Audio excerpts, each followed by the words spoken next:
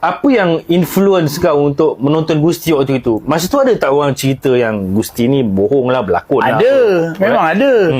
Memang ada yang kata apalah percaya kan. Tumbuk semua tipu kan. Bunyi je lebih, hentak kaki lebih. Tang kan. Tapi bukan tumbuk betul-betul kan. Tapi dia punya seronok tu. Betul. Dia punya seronok tu tengok macam uish, lepas tu dia punya yalah all the gimmicks yang dia orang buat apa semua kan. Macam time Hulk Hogan pun dah aku walaupun kecil je masa tu, tapi bila tengok Hulk Hogan dia